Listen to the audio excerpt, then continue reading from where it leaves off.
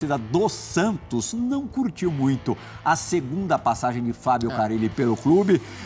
O Carille, mesmo assim, conseguiu um aproveitamento superior a 50%, superior a 60%, na verdade, 63%, com o título da Série B do Brasileiro e o vice-campeonato paulista. Foram 30 vitórias, 10 empates e 13 derrotas em 53 partidas. Lá na Baixada não bateu. Será que em São Januário baterá? Pois é, essa é a dúvida que fica, porque quando a gente olha para o que o Fábio Carille fez no Santos, a gente tem duas formas de olhar o trabalho. Os objetivos para os quais ele foi contratado foram cumpridos? Foram. O Santos foi além do que se esperava no Paulistão, foi vice-campeão, teve só 2 competições no ano, né? O calendário foi curto, e atingiu o objetivo da Série B. Subiu e foi campeão. Mas aí a gente vai tentar se debruçar um pouco mais no trabalho.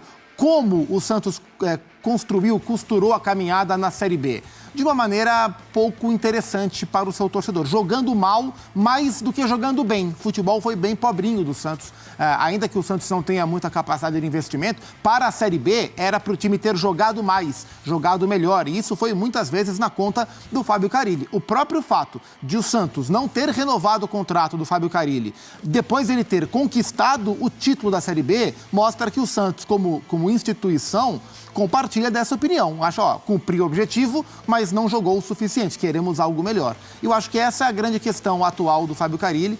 Ele é um cara com currículo importante, especialmente pelo Corinthians, tricampeão paulista, campeão brasileiro. Os últimos títulos que o Corinthians ganhou, os últimos 4 que o Corinthians ganhou foram com o Fábio Carille. Desde então, ninguém mais venceu pela equipe do Corinthians. A questão é que aquele Fábio Carille, especialmente o de 2017, que foi o que projetou para o mercado nacional, aquele treinador, aquela promessa de treinador, não conseguiu ainda se consolidar naquela dimensão que se imaginava.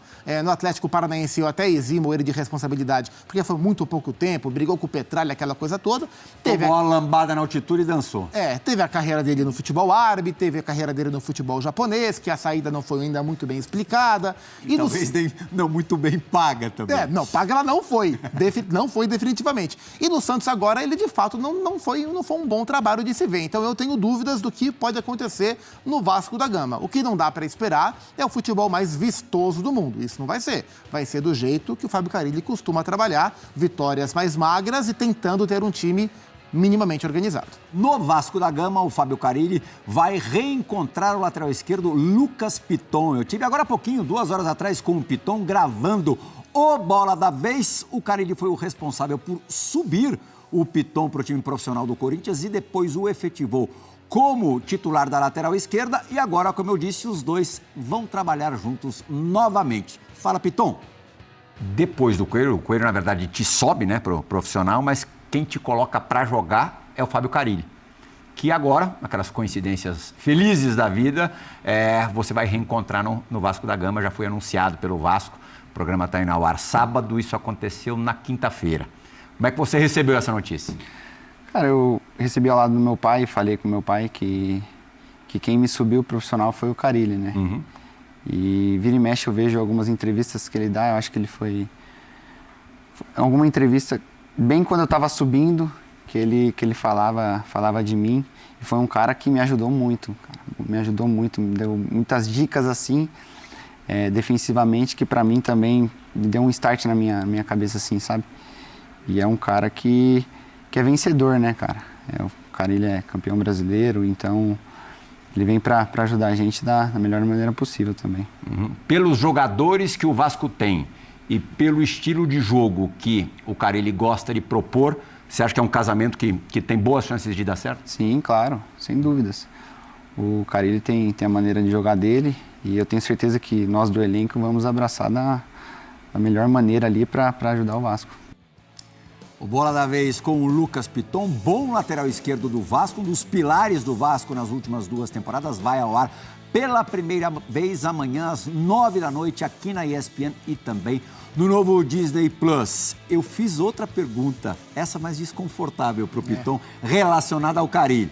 Com Payet e Coutinho, pensando com a cabeça do Carille, como é que se monta essa engenharia? Essa equação se resolve de que maneira? Eu acho pouco provável que os dois joguem juntos. Um dos dois vai jogar e a tendência, estando os dois em condição, é que jogue o Felipe Coutinho, desde que o Coutinho reencontre o futebol que a gente sabe que ele tem. E eu tô curioso para ver como vai ser também esse trabalho com jogadores como o Lucas Piton, porque o Piton é um cara muito importante para que o Vasco funcione. O que o Vasco teve de especial na última temporada era o Piton cruzando para o Verratti cabecear. Essa engenharia ela não pode ser desfeita. O Jardim salvando. E a dupla consagrando. E isso não pode mudar, não pode ser desfeita essa engenharia de jeito nenhum. A impressão que eu tenho, Prihal, é que o Pedrinho, ao contratar o Fábio Carille, ele vai tentar recuperar o que o Vasco teve de bom nas mãos do Rafael Paiva.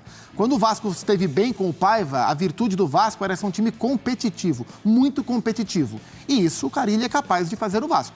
Muito mais do que isso, em relação à elaboração do jogo ofensivo, eu tenho dúvidas. Para tornar o Vasco um time competitivo, isso eu acho possível. Agora, o Tietê, que está na mira do Vasco, esse o Carille abraça, né? E o Tietê, ele é um cara com um perfil bastante interessante, porque ele, por onde ele passa, com ele ou logo depois que ele sai, o time bate campeão, né? Então o Tietê, ele não ficou longas temporadas como titular em nenhum dos seus últimos clubes, mas ele passou por todos os que foram campeões, jogando ou não. Então, primeiro ele quase foi campeão com o Audax, lá atrás, com o Diniz, que foi quando ele surgiu. Aí ele foi pro Palmeiras e foi campeão brasileiro, jogando muito bem em 2016, aquela dupla com o Moisés. Depois, nos anos seguintes, ele foi aos poucos perdendo espaço. Foi para a Ucrânia, voltou para o São Paulo. Ele não chega a ser campeão paulista pelo São Paulo, né? Mas ele tá na espinha dorsal do time que logo na sequência bate campeão paulista, um jejum longo. Talvez até tenha feito algum jogo. É isso. Mas não tinha nenhum papel de destaque. Mas ele faz parte da construção de um time que devolve o São Paulo à rotina de títulos, com o Campeonato Paulista e posteriormente com a Copa do Brasil um pouco depois. Vai para o Atlético Mineiro na primeira montagem forte de time dos 4 R's, dos investidores, e é titular junto com o Jair no meio campo, titular do Campeonato Brasileiro, da Copa do Brasil de 21. Vai para o Botafogo e quase bate campeão naquele time do ano passado, aquele belíssimo time. E esse ano, naturalmente, perdeu espaço. Então, ele sempre está envolvido em construções de times campeões. Isso pode ser interessante para o Vasco. O Tietê é um bom jogador e acho que ajuda o Vasco pelo que o Vasco tem no seu...